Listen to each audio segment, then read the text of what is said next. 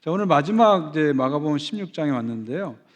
16장을 이렇게 보시면 좀 끝이 좀 독특합니다. 여러분 가진 성경 이렇게 보시면 다른 복음서하고 좀 다른 게 있어요. 8절로서 마가복음이 끝이 나죠. 8절로서. 그리고 9절부터는 가로를 쳤어요. 어디까지요? 마지막 20절까지 가로로 쳐 있습니다. 그렇죠? 한번 확인해 보십시오. 8절로 마가복음이 끝나고 9절부터 20절까지는 가로로 쳐 있습니다. 그리고 가로로 쳐놓고 거기에 뭐라고 되어 있냐면 어떤 사본에는 9절에서 20절까지가 없음 이렇게 되어 있어요. 없음 이렇게 되어 있어요. 예. 이거는 개역 개정도 그렇고 대부분의 한글 성경이 다 이렇게 되어 있어요. 영어 성경도 마찬가지입니다. 영어 성경 중에 학자들이 가장 잘된 번역으로 인정하는 것이 NRSV거든요. New Revised Standard Version인데 거기도 역시 9절로 마가복음이 끝나고 8절로 끝나고 9절부터 20절까지는 역시 이제 가로를 딱 쳐놨어요. 그리고 뭐라고 되어 있냐면 대부분의 권위 있는 고대 사본들은 8절에서 마가복음이 끝나고 있다 이렇게 표시해놨어요. 8절에 끝나고 있다 이렇게 되어 있어요. 좀 특이하죠, 그죠? 마가복음이 끝나는 게 두 개가 있다는 거죠. 두 개가 있다는 거죠. 그래서 8절로 끝나는 숏 버전이 있고 20절로 끝나는 롱 버전이 있다. 롱거 버전이 있다. 이렇게 보시면 됩니다. 그러니까 학자들도 이 두 가지 마무리가 마가복음에 있다는 것을 인정하고 어느 것이 맞느냐에 대한 학자들의 연구와 논쟁이 많습니다. 연구와 논쟁이 많아요. 대부분의 성경이 다 이렇게 끝납니다. 물론 이제 킹 제임스 버전만은 9절부터 10절에 가로가 없이 그냥 쭉 나갑니다. 그건 왜 그러냐면 이 킹 제임스 버전이 1611년에 번역됐잖아요. 영국의 왕 제임스 왕이 명령을 해서 번역한 거잖아요. 1611년에. 그러니까 그때 번역됐기 때문에 그 이전에 발견된 성경 사본에 대한 연구가 이 킹 제임스 버전에는 반영되지 않았어요. 그렇기 때문에 킹 제임스 버전만은 가로에 없는 거죠.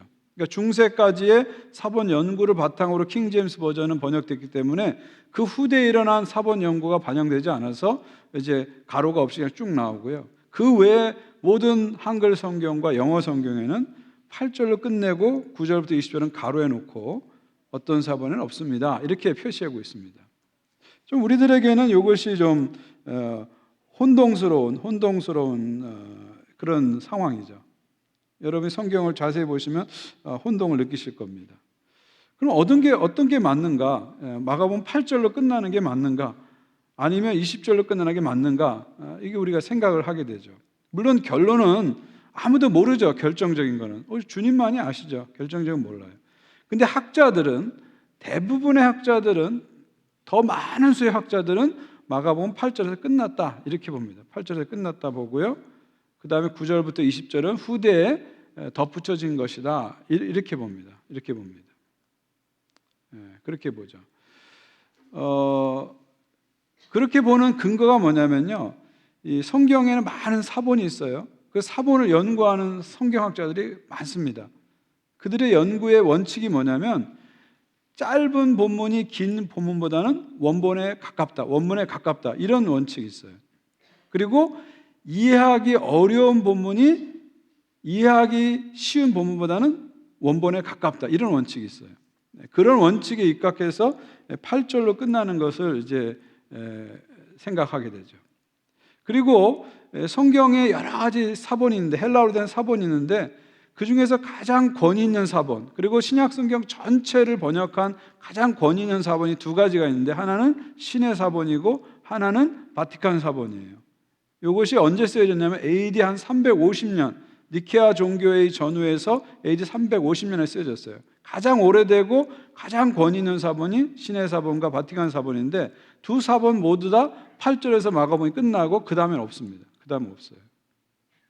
그래서 이런 것들을 종합해 봤을 때 성경학자들은 마가복음은 8절에서 끝나고 그 다음에 9절부터는 후대에 더해진 것이다. 이렇게 보는 거죠. 그런데 그 더해진 시점이 언제냐? 적어도 한 2, 3세기 속사도 시대를 보는 거예요. 왜냐하면 9절부터 10절을 인용한 교부들의 기록이 나오는 걸 보면은 적어도 그 앞 시대 2세기, 3세기의 속사도 시대에 9절과 20절이 더해졌을 것이다. 그렇게 추측을 하는 겁니다. 그렇기 때문에 9절과 20절이 더해지긴 했지만 그 속사도 시대에 더해졌기 때문에 권위 있고 교회에서 이미 통용됐던 원문이다, 이렇게 본 거예요.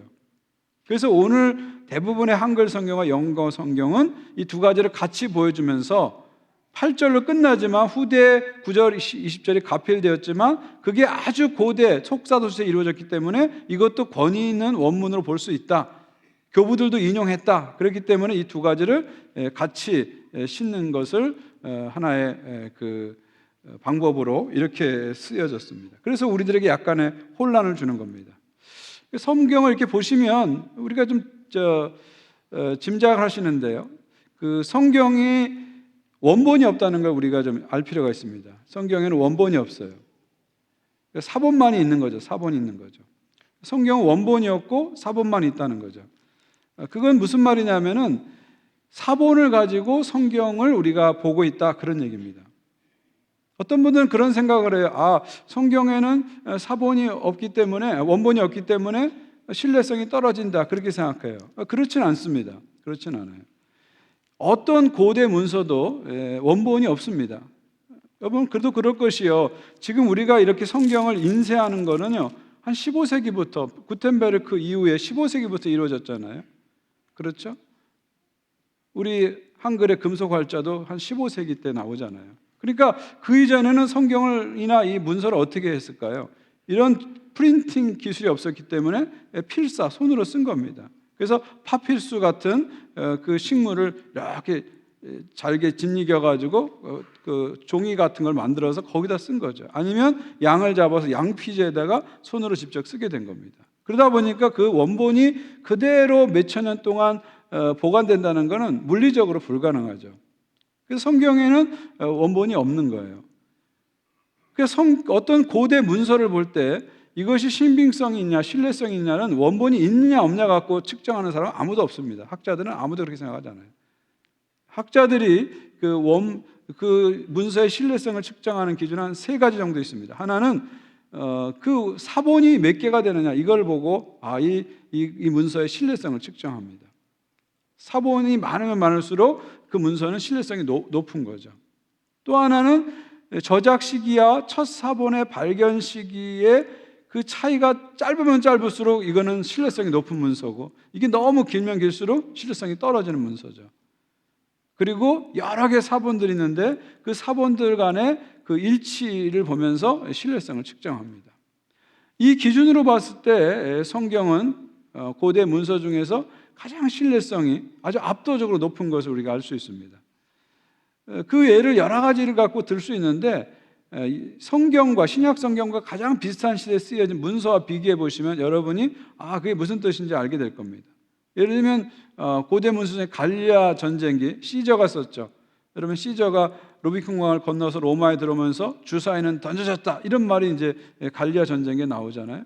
그것이 BC 58년에서 50년에 쓰여졌고요. 최초 사본이 발견된 게 900년이니까 시간 간격 한 950년 돼요. 저작 시기와 사본의 첫 사본 관계 950년 되고, 사본의 숫자도 10개밖에 안 됩니다.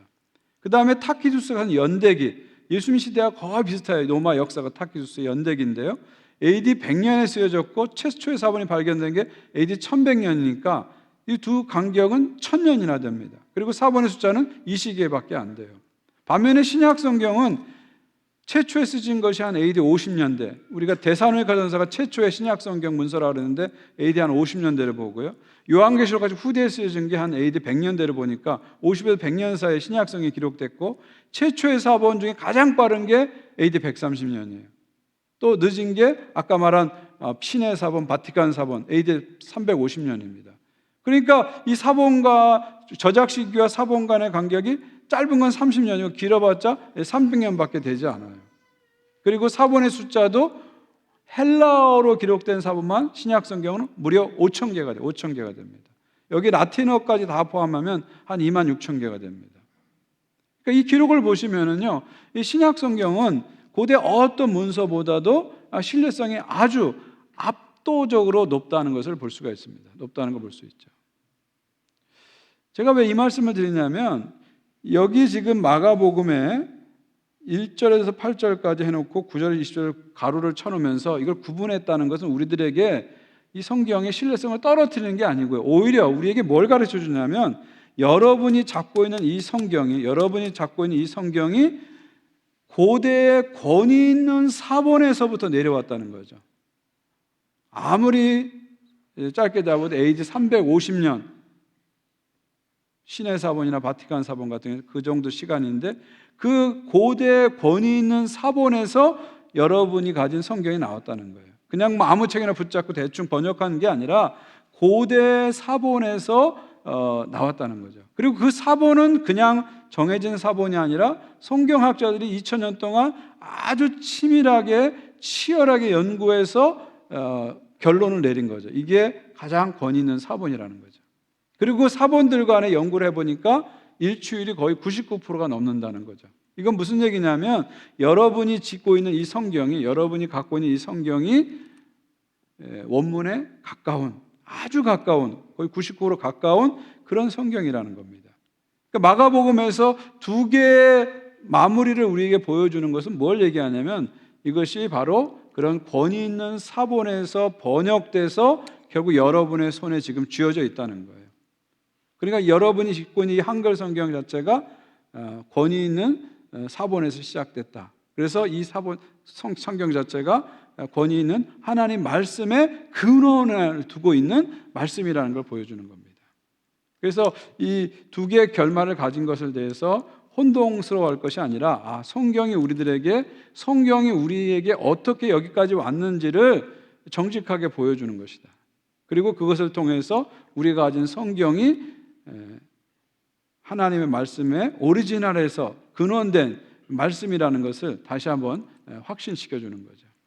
그래서 이 마가복음의 두 결론을 보면서 오히려 성경에 대한 신뢰성을 여러분이 가지시고 성경을 하나님의 말씀으로 보시면서 늘 경외감을 가지고 여러분들이 보시면 좋겠습니다.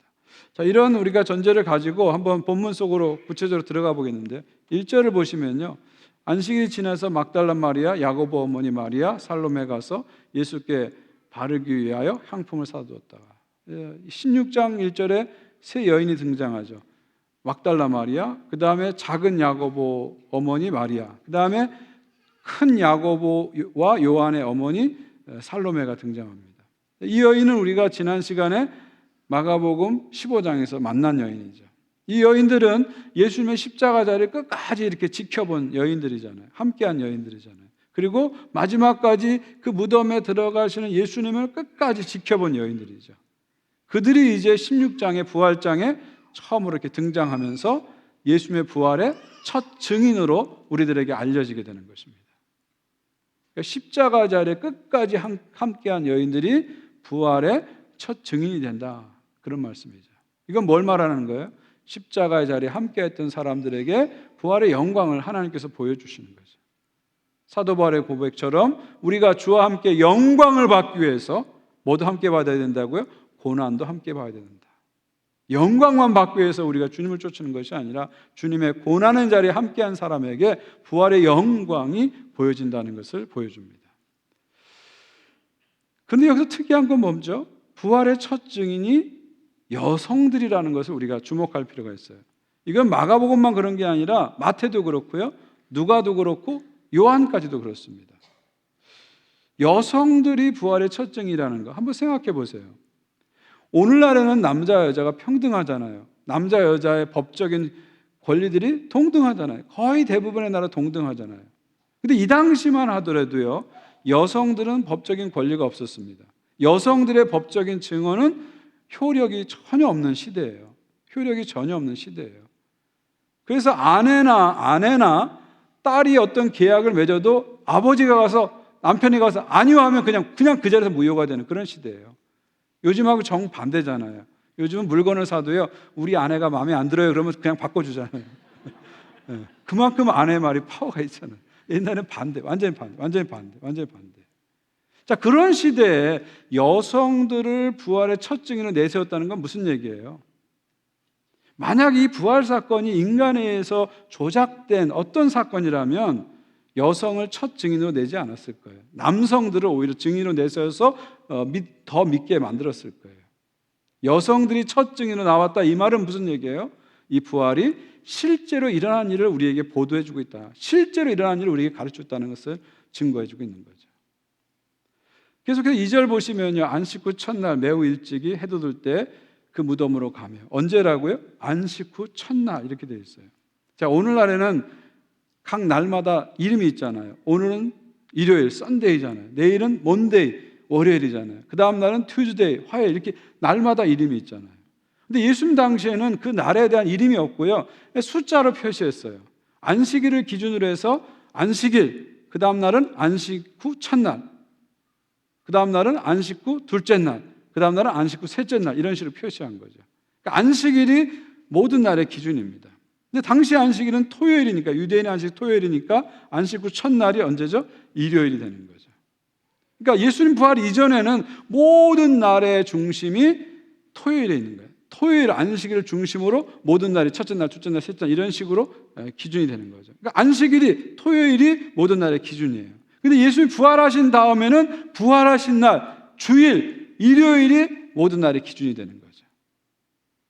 그래서 크리스찬들에게 가장 중요한 날은 안식 후 첫날, 일요일이 되는 것입니다.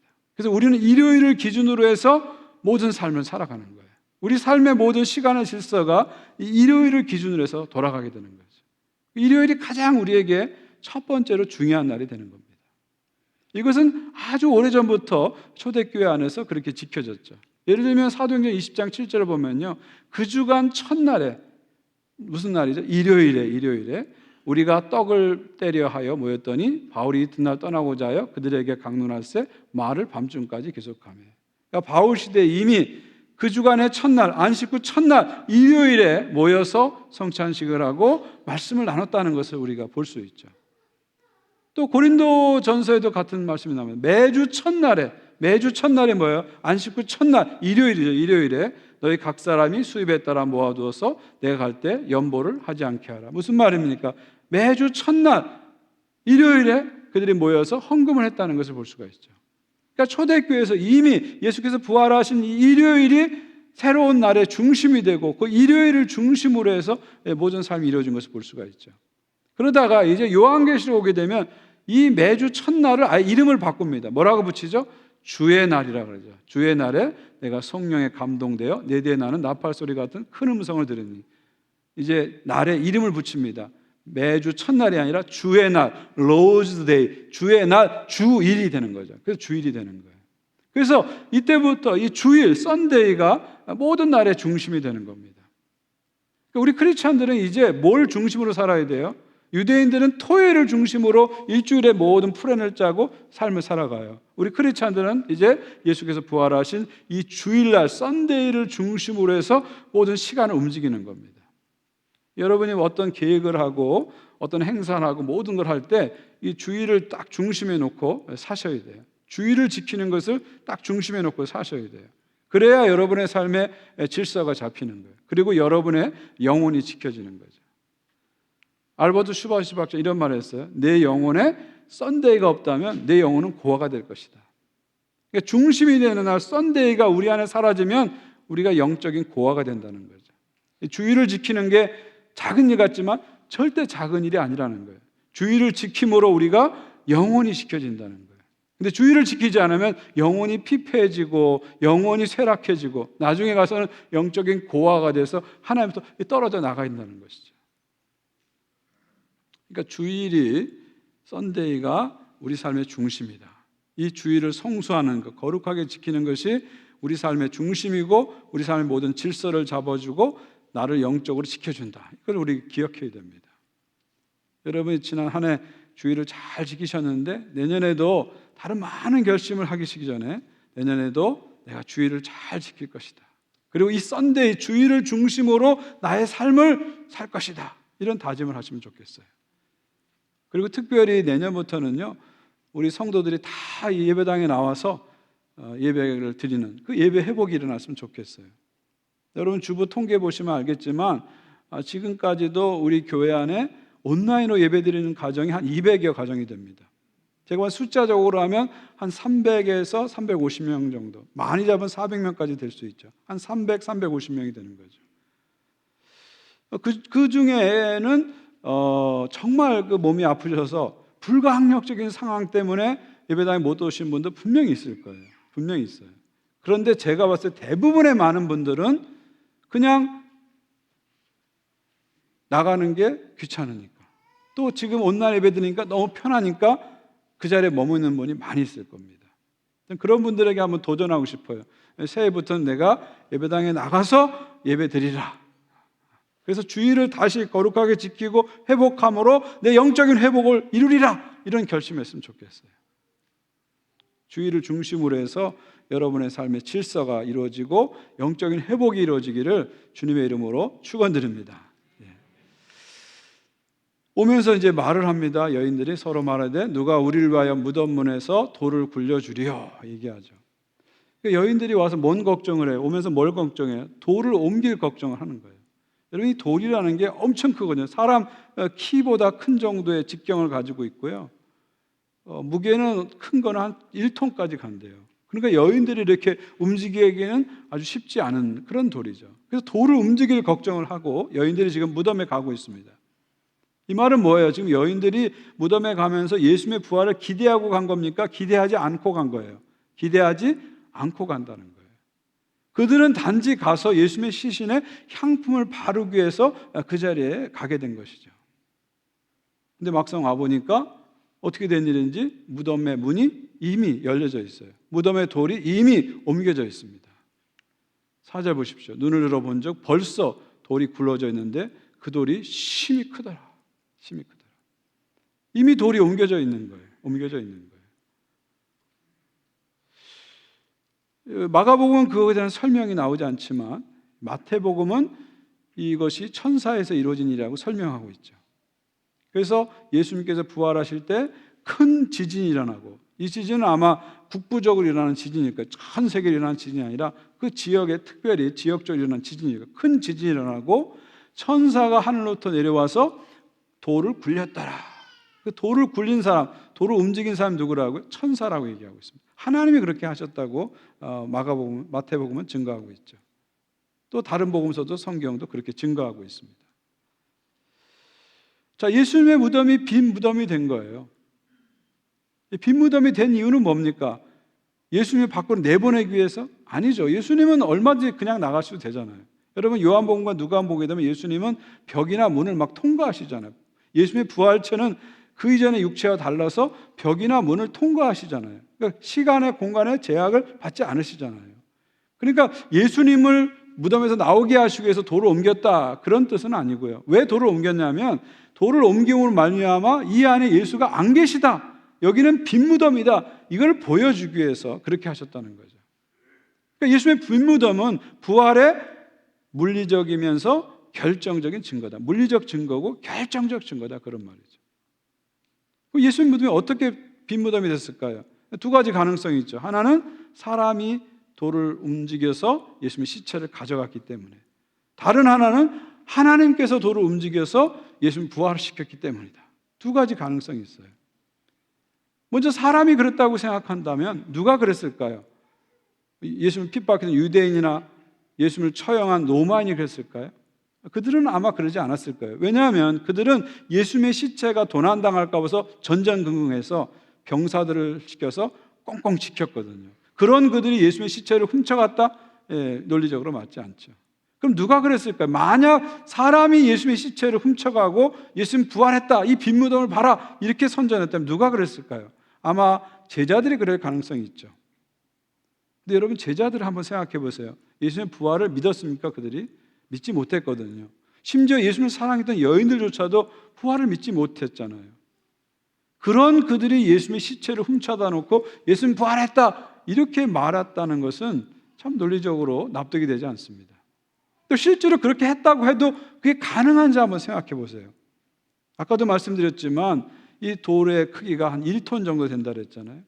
그리고 유대인들이 예수님의 시체를 훔쳐갈까 겁이 나가지고 로마 군인들에게 지켜달라고 빌라도에게 요청하잖아요. 그래서 그 무덤 앞에 봉인을 해버리잖아요. 황제 봉인한다는 것은 이 철저하게 지킨다는 것이죠. 그래서 그 당시 황제가 봉인하면 그 장소를 지킬 때 적어도 8명의 군인이 6피트 간격으로 촘촘하게 서서 지킨다는 거죠. 자, 몰래 제자들이 밤에 와가지고 그 1톤의 돌을 움직이고 그 8명의 군인을 다 따돌리고 시체를 훔쳐간다. 사실 현실적으로 불가능합니다. 그러나 우리가 100번 양보해서 그렇게 했다고 한번 생각해 보십시오. 했다고 해보시오. 가정하는 거예요. 했다고. 그러면 로마 사람이나 유대인들이 가만히 있을까요? 제자들을 추궁하겠죠. 예수님까지 십자가에 못 박은 사람들인데 제자들 하나 우습게 여기는 거 아닙니까? 추궁하고 고문해가지고 빨리 사실대로 얘기하라 그랬죠. 그러면 제자들은 자기들이 만약에 예수님을 훔쳐다가 어떤 동굴에 숨겨놨으면 이게 거짓이니까 그렇게 고문하고 하면은 그 겁 많은 제자들이 불겠죠. 사실은 내가 밤에 와가지고 시신을 훔쳐서 저 동굴에 갖다 놨어요. 불겠죠. 근데 그렇게 하지 않았잖아요. 그런 일이 안 일어났잖아요. 이것은 제자들이 그렇게 하지 않았다는 거죠. 더 결정적인 증거는 뭐예요? 이 제자들이 이 부활의 소식을 전하는데 자신들의 목숨을 걸었다는 거죠. 그래서 여러분 잘 아시는 11제자 중에서 사도 요한만 빼놓고 다 부활의 소식을 전하다가 순교를 당했잖아요. 그들이 예수의 시신을 저 동굴에 숨겨놓고 그 시신이 썩어가는 것을 다 알면서도 예수 부활했어요 하면서 목숨 걸 그걸 외쳤을까요? 절대 그렇지 않다는 거죠. 그렇다면 사람이 돌을 옮기고 예수의 시신을 가져가서 빈 무덤을 만들었다. 이것은 여러 가지 정황을 봤을 때 있을 수 없는 일이죠. 그럼 남은 것은 누가 했죠? 하나님이 하신 거죠. 하나님께서 천사를 통해서 돌을 굴려 움직이시고 하나님의 능력으로 예수 그리스도를 부활시킴으로 말미암아 예수의 무덤이 빈 무덤이 된 것이죠. 빈 무덤은 부활의 확실한 증거입니다.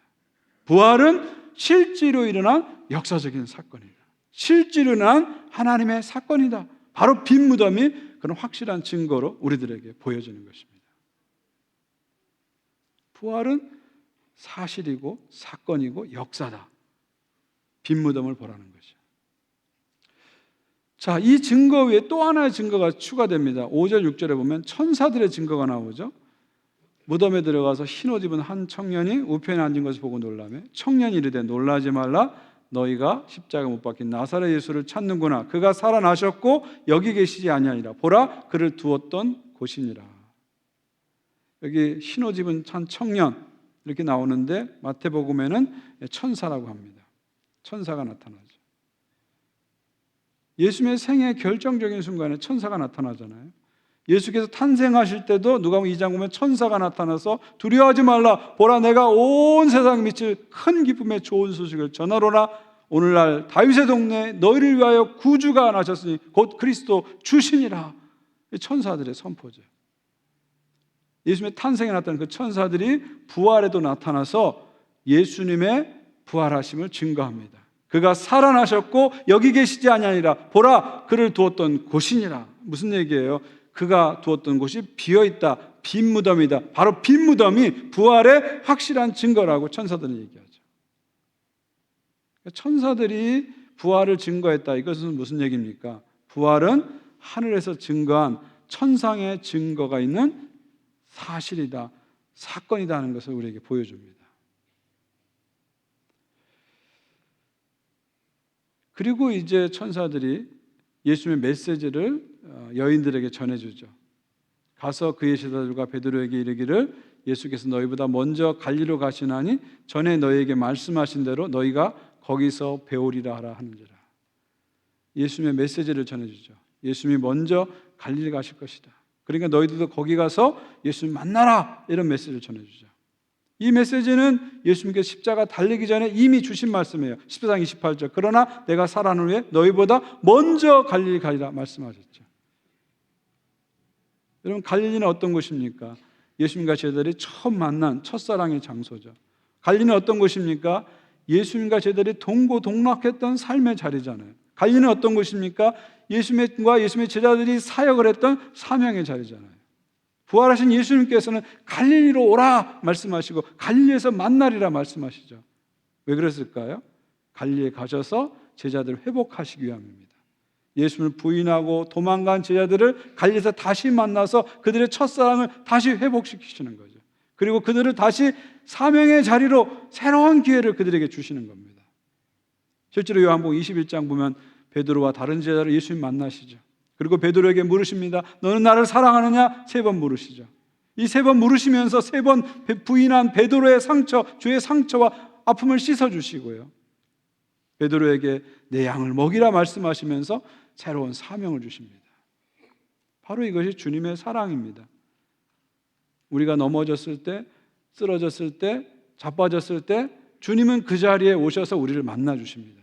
그리고 우리를 다시 회복해 주시죠. 그리고 우리를 새로운 미래를 향해서 나가게 해 주십니다. 여러분이 어떤 상태에 있든지 간에 주님은 여러분을 회복하기 원하세요. 그리고 여러분을 만나 주시길 원하세요. 그리고 여러분에게 새로운 기회를 주시기 원합니다. 절대 끝이 아닙니다. 여러분에게 새로운 시작이 주님 안에 있습니다. 이것을 믿으시기 바랍니다. 아멘. 저는 오늘 말씀을 묵상하면서 특별히 먼저라는 단어에 참 은혜를 받았어요. 먼저라는 단어. 주님이 먼저 가신다는 거죠. 먼저 가신다는 거죠. 주님이 먼저 가신다. 갈릴리에 먼저 가셔서 주님이 기다리신다는 겁니다. 우리 앞날을 생각할 때 우리는 늘 불안감을 갖습니다. 여러분이 지금 2022년이 마감되는 시점인데 2023년 이렇게 바라볼 때 희망도 있지만 마음의 불안도 있을 거예요. 새해에는 물가도 오른다 그러고 새해에는 금리도 오른다 그러고 어려울 텐데 하면서 걱정과 불안이 있을 거예요. 근데 주님께서 말씀하시죠. 내가 먼저 갈릴리로 가리라. 먼저 갈릴리로 가신 주님께서는 2023년에 우리보다 먼저 가십니다. 할렐루야. 우리가 할 일은 뭐죠? 먼저 가신 주님, 앞서 가신 주님을 바라보면서 그분을 쫓아가는 것이 믿음의 삶인 것을 믿으시기 바랍니다. 2023년 한 해 동안 먼저 앞장서서 우리를 인도하시고 우리의 앞날을 인도하시는 우리 주 예수 그리스도를 바라보시면서 주님과 동행하는 여러분 되시기를 주님의 이름으로 축원드립니다. 마지막 8절입니다. 여자들이 몹시 놀라 떨며 나와 무덤에서 도망하고 무서워하며 아무에게 아무 말도 하지 못하더라. 권위 있는 사본에 의하면 마가복음은 아무 말도 하지 못하더라 이렇게 끝나는 거예요. 아무 말도 하지 못하더라. 여인들이 예수님의 부활 사건을 경험하고 빈 무덤을 보고 천사의 증언을 듣고 몹시 놀라고 떨고 무서워하고 있습니다. 여기 몹시 놀라다는 표현이 헬라로 찾아보니까 엑스타시스라 그래서 엑스타시스, 영어의 엑스타시가 여기서 온 거죠. 완전히 극도의 흥분 상태에 있는 거예요. 자기를 컨트롤하지 못하는 엑스타시, 흥분 상태에 있는 겁니다. 떨며, 그러기 트로모스인데 이거는 정말 너무 놀라가지고 몸과 마음이 완전히 주체하지 못할 정도로 떠는 상태를 얘기하는 거고요. 무서워한다 이 말은 포베오라고 그랬는데 여기서 영어의 포비아가 온 겁니다. 완전히 엄청난 사건 앞에서 이들이 공포 속에, 포비아 속에 들어간 겁니다. 첫 부활 사건이잖아요. 역사에 그 이전에도 없었고 그 이후에도 없은 이 엄청난 사건 앞에서, 그들의 이성으로 도저히 이해할 수 없는 엄청난 사건 앞에서 그들은 놀라고 떨고 무서워하는 거죠. 이게 마가복음이 보여주는 부활의 마지막 모습입니다. 마가복음의 마지막 모습입니다. 마가복음은 우리는 이것을 그대로 보여주면서 부활이 실제로 일어난 사건이기 때문에 이런 반응이 나올 수밖에 없다는 겁니다. 오히려 여인들이 예수님 말씀대로 부활하시고 할렐루야 막 이랬으면 이거 조작 같잖아요. 그게 아니라 너무너무 엄청난 이 초자연적인 사건, 하나님의 사건 앞에서 놀라고 떨고 무서워할 수밖에 없다. 그래서 그들은 아무 말도 하지 못했다. 아무 말도 하지 못했다. 이 엄청난 사건 앞에서 무슨 말을 더 하리요? 이 엄청난 사건 앞에서 무슨 말을 덧붙이리요? 와우, 이거 왜 더 무슨 말을 하겠는가? 피리어드 끝. 마가복음 끝나는 거예요. 오히려 저는 이 마가복음 8절에서 이렇게 끝나면서 우리들에게 이 부활이 실제 일어난 사건인 것을 더 강력하게 증거하고, 그 사건 앞에서 우리가 놀랄 수밖에 없고 감탄할 수밖에 없고 아무 말도 할 수밖에 없는 이 사건이라는 것을 우리에게 증거하고 있습니다. 물론 복음의 이야기는 여기서 끝나지는 않죠. 여인들이 나중에 정신을 차리고 열한 제자에게 선포하게 되죠. 열한제도 처음에 믿지 않았지만 부활한 주님을 만나고 성령을 받은 다음에 확신하게 되죠. 그래서 목숨 걸고 이 부활의 소식을 전하고, 그래서 그 부활의 복음이 저와 여러분에게 오게 된 거예요. 그리고 부활을 믿는 공동체, 교회가 지금 여기까지 오게 된 것입니다. 사랑하는 성도 여러분, 예수님 부활하셨어요. 실제로 부활하시고, 역사적으로 부활하시고, 몸으로 부활하시고, 공간적으로, 시간적으로 온전히 부활하셨습니다. 부활하심으로 승리하셨습니다. 그리고 장차 다시 오셔서 하나님 나라의 온전한 승리를 완성하실 것입니다. 예수 부활했으니 우리도 부활할 것이고, 예수 승리했으니 우리도 승리할 것입니다. 이 부활의 신앙을 가지고 힘차게 나가시는, 승리하시는 여러분 모두 되시기를 주의 이름으로 축원드립니다. 하나님 아버지 감사합니다. 마가복음의 마지막 장면, 이 부활의 장면을 묵상하면서 예수께서 실제로 부활하시고 그 부활 앞에서 우리가 아무 말도 할 수밖에 없는, 못하게 되는 이 엄청난 초자연적인 사건, 하나님의 사건을 다시 한번 보게 됩니다. 예수의 부활이 성령을 통해서 온전히 우리에게 믿어지게 하시고, 그 부활 신앙을 갖고 여기까지 지금까지 오게 하시고, 그 부활 신앙 때문에 우리 교회를 지금까지 시켜주신 것을 감사합니다. 날마다 예수 그리스도의 부활 신앙으로 승리하는 교회와 성도 되게 하여 주옵소서. 예수 그리스도의 이름으로 기도하옵나이다. 아멘.